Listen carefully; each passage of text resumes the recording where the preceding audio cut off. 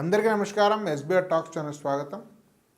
మిత్రులారా, SBR talks and ప్రతిష్టానం కలిసి 2025 year admissions కోసము, కౌన్సిలింగ్ కోసము అనేక కొత్త కోర్సులను ప్రవేశపెట్టింది. వాటిలో చేరాలనుకుంటే స్క్రీన్ మీద నెంబర్కి ఫోన్ చేయండి. అదేవిధంగా మంచి ఇంటర్మీడియట్ ఎలా ఎంపిక చేసుకోవాలి, మంచి school day scholars come residential ఎంపిక చేసుకోవాలంటే దానికి కూడా వ్యక్తిగతమైనటువంటి గైడెన్స్ ఉంది. ఇవన్నీ ఎస్బీఆర్ టాక్స్ ప్రతిష్టానం కలిసి అనేక మంది నిపుణులతో మద్దతుతో సహకారంతో కౌన్సిలింగ్ గైడెన్స్ ఇవ్వబడుతుంది. జూమ్ మీటింగ్స్ ద్వారా, వాట్సాప్ ద్వారా, ఫోన్ కాల్స్ ద్వారా, యూట్యూబ్ లైవ్ ద్వారా ఇట్లా అనేక రకాలుగా ఒక సమగ్రమైనటువంటి గైడెన్స్ మీ స్థాయిలను బట్టి, మీ ఆసక్తిని బట్టి, కెరీర్ ప్లాన్ బట్టి ఇవ్వడం జరుగుతుంది. కాబట్టి దీనిలో చేరాలనుకుంటే వెంటనే స్క్రీన్ మీద నెంబర్కి మిస్డ్ కాల్ ఇవ్వండి. మా ఆఫీస్ కాంటాక్ట్ పర్సన్తో మీరు మాట్లాడి దానికి సంబంధించిన పూర్తి వివరాలు తెలుసుకోండి.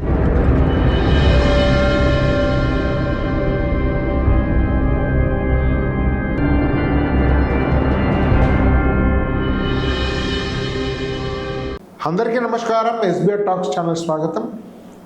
మిత్రులారా, చాలామందికి జేఈ అంటే ఎంత క్రేజో మనం ప్రత్యేకంగా చెప్పాల్సిన అవసరం లేదు. సరే, జేఈ ఎగ్జామ్ రాసిన వాళ్ళకు ఐఐటి, ఎన్ఐటి, త్రిపుల్ జిఎఫ్టీలో సీట్లు వస్తున్నాయనే విషయం అందరికీ తెలిసిన విషయమే. కానీ అవన్నీ కలిపిన 50,000 సీట్లు లేవు. రాసేవాళ్ళు 13-14 లక్షల మంది. కానీ ఐఐటి, ఎన్ఐటీలంత ప్రాచుర్యం లేనప్పటికీ అదే స్థాయి స్టాండర్డ్స్, అకాడమిక్స్, ప్లేస్మెంట్స్ ఉన్న అనేక కాలేజెస్ ఉన్నాయి.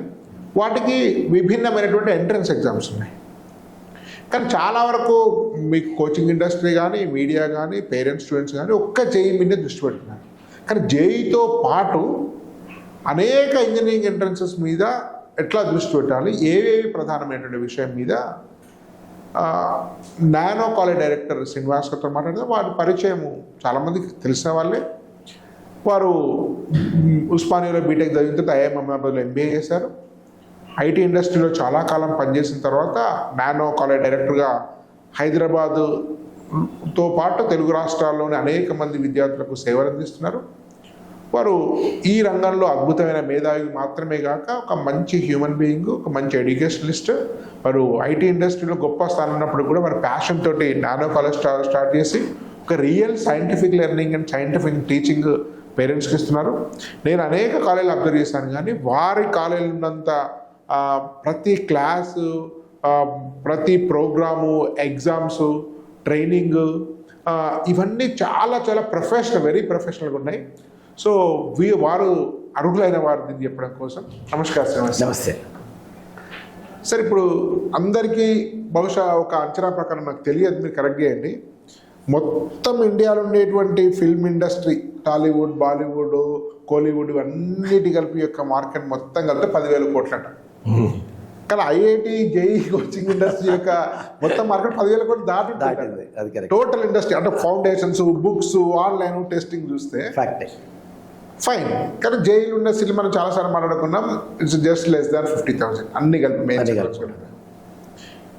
సో ఇప్పుడు కాలం మారుతుంది, గ్లోబలైజేషన్స్లో మారడంగా అనేక సంస్థలు వస్తున్నాయి. ఇవి కాకుండా అనేక ఎంట్రన్స్ ఎగ్జామ్స్ కూడా మీకు ఇంచుమించు ఐఐటి, ఎన్ఐటి స్థాయిలో మీకు మంచి పెర్ఫార్మెన్స్ చూపిస్తున్నాయి. కానీ ఎంట్రన్స్ గురించి చాలా మందికి అవగాహన లేదు. సో కొన్ని ముఖ్యమైన ఎంట్రన్సెస్ గురించి ఒకసారి మీరు చెప్పగలుగుతారు? సో మొదటగా జేఈ కాకుండా నెక్స్ట్ మోస్ట్ ఇంపార్టెంట్ అన్నది బిట్సాట్ అండి. మీకు తెలుసు, Birla Institute of Technology and Science, Pilani 3 క్యాంపస్లు ఉన్నాయి. పిలానీ క్యాంపస్ ఏంటంటే it's at par with the first generation IITs. తర్వాత హైదరాబాద్, గోవా క్యాంపస్ అన్నవి second generation IITs, they are at par. వాటికి సింగిల్ ఎంట్రన్స్ టెస్ట్ ఉంటుంది, బిట్సాట్. ఆ బిట్సాట్ గత 2 సంవత్సరాలుగా 2 సెషన్స్లో కండక్ట్ చేస్తున్నారు. ఒకటి మే, ఒకటి జూన్. సో రెండిట్లో 2 రాయొచ్చు, ఏది ఎక్కువ వస్తే అందులో అది కన్సిడర్ చేస్తారు. అయితే కాకపోతే బిట్సాట్కి, జేఈకి ప్రిపరేషన్ ఒకే మాదిరిగా ఉన్నా బిట్సాట్లో ఏమవుతుంది అంటే ఇంగ్లీష్ అండ్ లాజికల్ రీజనింగ్ ఉంటుంది. సో దానికి కూడా పేపర్ ప్యాటర్న్ మారింది. So English and logical reasoning ఉంటుంది. English and logical reasoning is as important as physics and chemistry in terms of weightage. So అందుకోసం మేము English and logical reasoning special training ఇస్తాం. ఎక్కడ లేదు, మేము ఇస్తాం. Special coaching English and logical reasoning ఇస్తాం. And BITSAT is a good university అండి. It's a good college and careers కూడా they are at par with IITs. So first BITSAT కాకుండా ఆ లెవెల్లో మాట్లాడాలంటే ఇప్పుడు IIIT హైదరాబాద్ మీకు తెలిసే ఉంటుంది. So IIIT Hyderabad has a number of recruiting mechanisms. JEE Main ద్వారా వస్తారు. But another important one is what is called is UGEE 5 year course. అదేంటంటే BTech plus MS by research అంటారు. సో అది దానికి ఎంట్రన్స్ UGEE. అందులో సుమారుగా ఒక 120 సీట్స్ ఉన్నాయి. Computer science and electronics. So that is another important entrance test.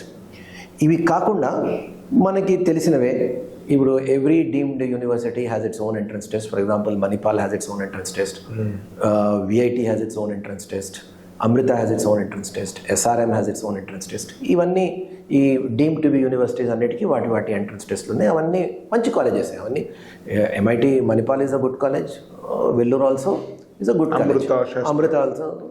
Okay, so ఇవి ఈ కాలేజెస్ ఉన్నాయి. ఇవి కాకుండా కొంచెం ఇంజనీరింగ్ నుంచి కొంచెం మనం పక్కకు జరిగితే allied ఫీల్డ్స్లో మనకి IISERs, Indian Institute of Education Science and Research. IISERs అంటే బేసిక్ సైన్స్లో MS ప్రోగ్రామ్స్ అంటారు వాళ్ళు. అంటే 5 year డిగ్రీ. వాటికి ఒక సింగిల్ ఎంట్రన్స్ టెస్ట్ ఉంది, ఐసర్ యాప్టిట్యూడ్ టెస్ట్ అని, IIT. సో అదొకటి ఉంది. దాంట్లో కెరీర్ ఎట్లా ఉంటుందండి? ఇప్పుడు ఏం చేస్తారంటే బేసిక్ సైన్స్ అయిన తర్వాత PhD అబ్రాడ్ వెళ్ళి either you get into teaching or industry. ఒకవేళ MS మ్యాథ్స్ చేస్తే డేటా సైన్స్ కానీ AI కానీ ఐటీలో కూడా అది మ్యాథ్స్ చేస్తే ఐటీలో కూడా ఓపెనింగ్స్ ఉన్నాయి. So that is one. తర్వాత ISI ఇండియన్ స్టాటిస్టికల్ ఇన్స్టిట్యూట్ వాళ్ళది ఒకటి ఏంటంటే BStat ప్రోగ్రామ్ ఉంది. తర్వాత bachelors in statistical data science అని PSDS అని ఒకటి ఉంది. సో అదో ఎంట్రన్స్ టెస్ట్ ఉంది. That is also very good entrance test, very good programme also. తర్వాత చెన్నై మ్యాథమెటికల్ ఇన్స్టిట్యూట్ ఉంది, వాళ్ళ ఎంట్రన్స్ టెస్ట్. ఐఏఎస్ఐకి అనుబంధం కాదండి? లేదండి, independent. So Chennai Mathematical Institute that is also very highly rated maths programme. So అదొకటి students దాంట్లో maths చేసినా కూడా మన డేటా సైన్స్ వాటికి రావచ్చు. So that we can consider. ఆ తర్వాత మనకి కర్ణాటక కాలేజెస్ అన్నిటికీ కలిపి, ప్రొఫెషనల్ కాలేజెస్ అన్నిటికీ కలిపి కామెడ్కేలో కూడా కొన్ని టాప్ కాలేజెస్ ఉన్నాయి. సో MS రామయ్య కానీ ఆర్వి ఇవన్నీ మంచి కాలేజెస్ ఉన్నాయి. సో కామెడ్కే ఒకటి. సో చిన్న ఇంటరప్షన్ అండి ఇక్కడ. మీకు హైదరాబాద్ కాలేజెస్ మనకి CBIT, VNR, వాసవి, గోకరాజు అని ఉన్నాయి కదా, ఇప్పుడు కామెడ్కే ఉన్నాయి కదా. రఫ్గా మనకు ఎట్లా కంపేర్ చేయవచ్చు? బహుశా బెంగళూరు కాలేజ్ కొంచెం బెటర్ అనుకోవచ్చా వీటికంటే? అంటే యాక్చువల్లీ ఏమైందంటే ఈ బెంగళూరు కాలేజెస్, తమిళనాడు కాలేజెస్ వాళ్ళు ఇన్ఫ్రాస్ట్రక్చర్లో బాగా ఇన్వెస్ట్ చేశారండి. అంటే ఒప్పుకోవాలి మనం. అంటే మన వాళ్ళు ఫర్ వాట్ ఎవర్ రీజన్ మన వాళ్ళు అంత ఇన్వెస్ట్మెంట్ ఇన్ ఇన్ఫ్రాస్ట్రక్చర్ అయితే బహుశా నాకు గవర్నమెంట్ రీజన్ అనిపిస్తుంది. 1,30,000 1,20,000 తోటి నడపడం అనేది ఎట్లా సాధ్యమవుతుంది? Valid point. ఇది licence permit quota before globalisation ఎట్లుందో దానిలో పట్టేసుకొని కట్టేసారు అనిపిస్తుంది. Absolutely that is. అందుకోసమే ఇప్పుడు అందరూ ఇప్పుడు ఏం చేస్తున్నారంటే యాజ్ అన్ యూనివర్సిటీ రూట్ తీసుకుంటున్నారు. తప్పదు, ఇంకా తప్పదు. ఎందుకంటే ఇప్పుడు మంచి ప్రొఫెసర్ కావాలి అంటే యూ హెవ్ టు పే అండి, యూ హెవ్ టు పే. తర్వాత మీకు ఫర్ ఎగ్జాంపుల్ NIRF ర్యాంకింగ్లో మీది ఉండాలి, మీ ఇన్స్టిట్యూట్ పేరు ఉండాలి అంటే you should have that kind of 30 marks, 30% వాడు రీసెర్చ్ అంటున్నాడు. వాడు 30 రీసెర్చ్ చేసే ప్రొఫెసర్స్ కావాలి అంటే what kind of salaries that you have to pay? 2-3 lakhs చేయాలి. ఈ ₹1,00,000 ఫీజు కలెక్ట్ చేసుకొని వాడు ఎప్పటికీ నాన్ టీచింగ్ సరిపోదు. You're absolutely right. So if you want quality you have to pay, తప్పదు కదా అది. సో కామెడ్కే అందుకోసం కమింగ్ బ్యాక్ టు ఫ్రీడమ్ ఉంది. అండ్ సో అదొకటి ఉంది. తర్వాత ఏంటంటే బెంగళూరులో ఏంటంటే ఒక ఈకో సిస్టమ్ ఉన్నది. అంటే for a long time PSUs చాలా పెద్ద PSUs ఉండేవి. Okay, of course Indian Institute of science of course that is the power house అనుకోండి, పవర్ హౌస్ ఆఫ్ నాలెడ్జ్. కాకపోతే మనకి DRDL కానీ, HAL కానీ, అదర్ పబ్లిక్ సెక్టర్ BEL కానీ, ITI కానీ అదర్ పబ్లిక్ సెక్టర్ యూనిట్స్ ఒక పెద్ద ప్రెజెన్స్ బెంగళూరులో ఉండేది ఫర్ అ లాంగ్ టైం. ఇప్పుడు ఏమైంది,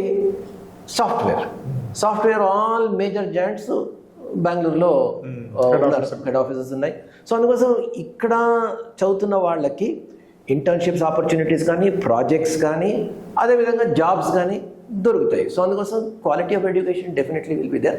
మనం కూడా వీఆర్ రీచింగ్, హైదరాబాద్ కాలేజ్ కంటే బెంగళూరు బెటర్ అని చెప్పచ్చు, మనం చెప్పక ఒప్పుకోవాలి. దో మనం హైదరాబాద్ ఇదైనా దో వి లైక్ హైదరాబాద్ ఒప్పుకోవాలి. సో కామెడ్కి అయిపోయిందండి. కామెడ్కి అయిపోయిన తర్వాత ఇంకా మనకి స్టేట్ ఎంట్రన్స్ ఎగ్జామ్స్ ఉన్నాయి, ఎంసెట్ బేస్డ్. మనకి ఎంసెట్లో కూడా చాలా మంది ఏమనుకుంటారంటే దే డిస్మిస్ ఎంసెట్లో ర్యాంక్ తెచ్చుకోవడం అంత ఈజీ కాదు. సమ్టైమ్స్ డిఫికల్ట్ లక్ ఫ్యాక్టర్ ఎక్కువ ఉంది. ఎగ్జాక్ట్లీ. ఎందుకంటే ఎంసెట్ ఏంటంటే 160 questions to be answered in 180 minutes. JEE has to be 75 questions to be answered in 180 minutes. Almost lengthy questions same దగ్గర ఉంటున్నాయి. అలాగే ఉంటాయి. అండ్ ఇంకో ఛాలెంజ్ ఏంటంటే ఈ 160 questions-లో 80 questions మ్యాథ్స్లో ఉంటాయి. ఇప్పుడు కొంతమంది పేరెంట్స్ అంటారు, సార్ నాకు JEE అక్కర్లేదు కానీ ఎంసెట్లో తెప్పించండి అంటారు. అంటే యాజ్ ఇఫ్ ఎంసెట్లో ఓకే. సో ఎంసెట్లో 1000 లోపు తెచ్చుకోవడం అంటే ఇట్స్ ఛాలెంజ్. ఇన్ఫాక్ట్ 1000 లోపల ఎవరు వస్తారు అంటే IIT NITలో సీట్ వచ్చిన వాళ్ళే 1000 ఉంటారు. సో బట్ పాయింట్ ఏంటంటే మనకి ఈ ఎంసెట్ బేస్డ్ కాలేజెస్ కూడా మంచి కాలేజెస్ ఉన్నాయి. చైతన్య భారతి కానీ, VNR VJIT కానీ, అండ్ ప్లేస్మెంట్స్ కూడా మంచి ప్లేస్మెంట్స్ ఇప్పుడు జరుగుతున్నాయి. సో ఎంసెట్ అని కొట్టిపడేయడానికి లేదు. ఎంసెట్ కూడా స్టూడెంట్ ప్రిపేర్ అవ్వాలి. మేము ఏం చేస్తామంటే మా దగ్గర కూడా JEE మెయిన్తో పాటు సెకండ్ ఇయర్లో మేము ఏం చేస్తామంటే స్పీడ్ బూస్టర్స్ అనే ఎగ్జామ్స్ కండక్ట్ చేస్తాం. ఎందుకంటే EAMCET is a speed test. So వాడికి ఏం చేస్తామంటే వీక్లీ టెస్ట్ అలాగూ JEE మెయిన్, JEE అడ్వాన్స్డ్ అదనంగా వీక్లీ టెస్ట్ ఉంటుంది. ఆ వీక్లీ టెస్ట్ సిలబస్ మీదే ఒక 1 hour మండే నాడు 1 hour మ్యాథ్స్ టెస్ట్ ఉంటుంది, ట్యూస్డే నాడు 1 hour ఫిజిక్స్ టెస్ట్ ఉంటుంది, వెనస్డే నాడు 1 hour కెమిస్ట్రీ టెస్ట్ ఉంటుంది. సో ఆ స్పీడ్ ఆధారంగా అన్ని క్వశ్చన్స్ పెడతాం అనమాట. సో వాడికి ఆ స్పీడ్ డెవలప్ అవుతుంది. ఆ తర్వాత కొన్ని ఎంసెట్ మార్క్ టెస్ట్లు కూడా వాళ్ళకి పెడతాం. సో ఆ స్పీడ్ డెవలప్ అవ్వడానికి. ఎందుకంటే కొంతమంది అడుగుతుంటారు మన పేరెంట్స్ ఏంటంటే, మా పెద్దవాడిని ఫలానా కాలేజీలో పెట్టాము, JEE పెట్టాము, JEE రాలేదు, వాడికి ఎంసెట్ కూడా రాలేదు. సో ఎంసెట్ కంటే ఆ స్పీడ్ అన్నది ఒకటి డెవలప్ అవుతే definitely they will do well in EAMCET also. So NISER there is only one అండి. సో ఐసర్ అంటే Indian Institute of Science Education and Research అన్నవి చాలా క్యాంపసెస్ ఉన్నాయి. నైసర్ తిరుపతిలో ఒకటి ఉంది, భువనేశ్వర్లో ఒకటి ఉంది.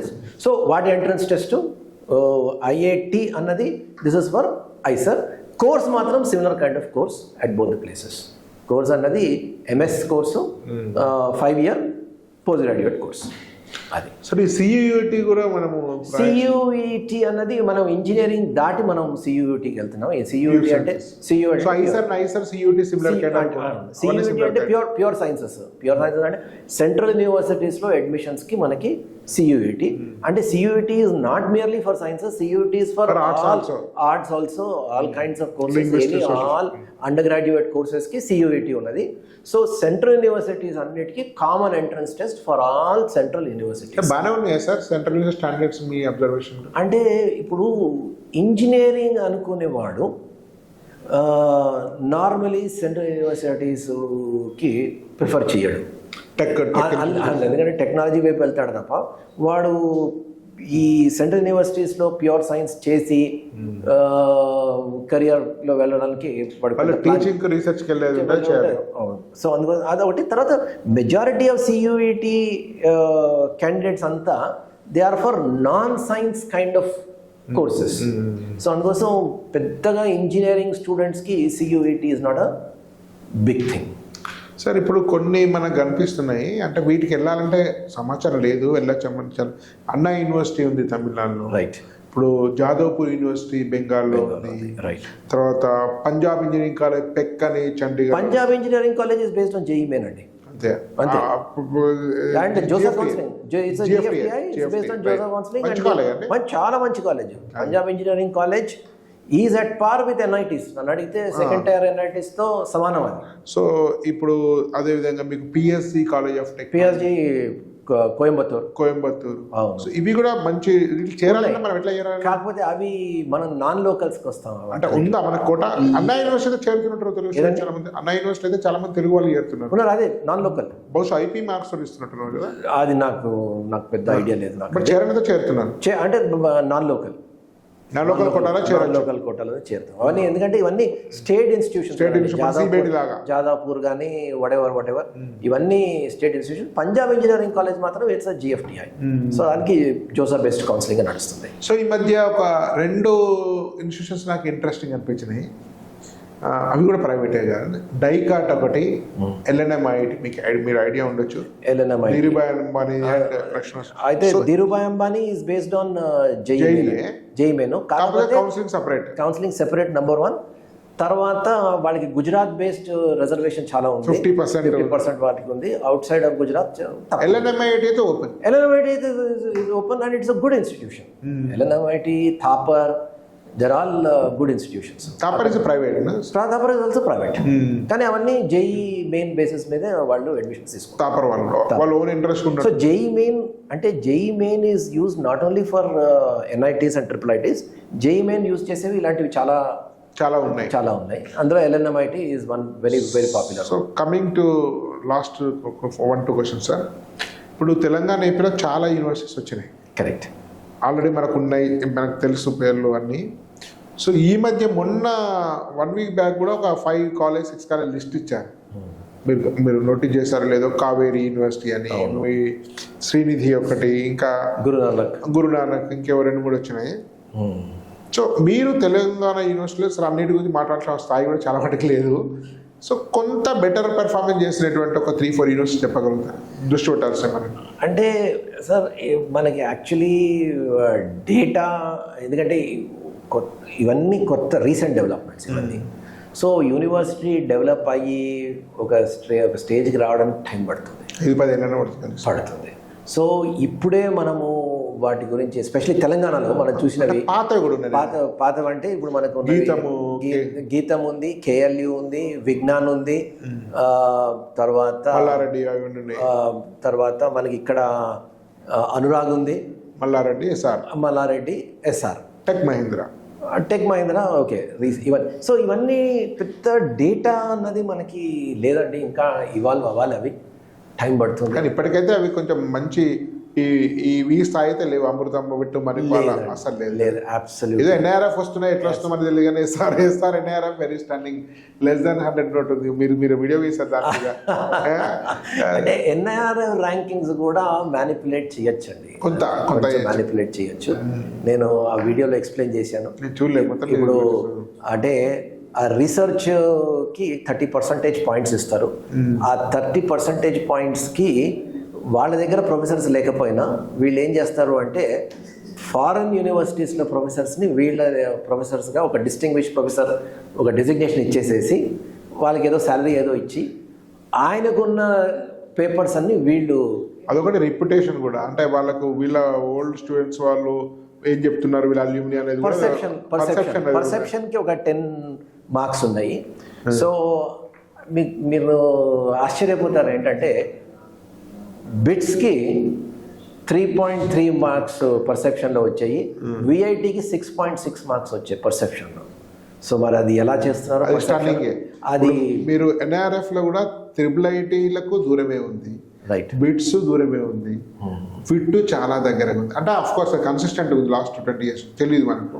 అంటే VIT అన్నది నేను చెప్పాను కదండి, వాళ్ళు ఈ NIRF పారామీటర్స్ మీద చాలా కాన్సన్ట్రేట్ చేస్తారు.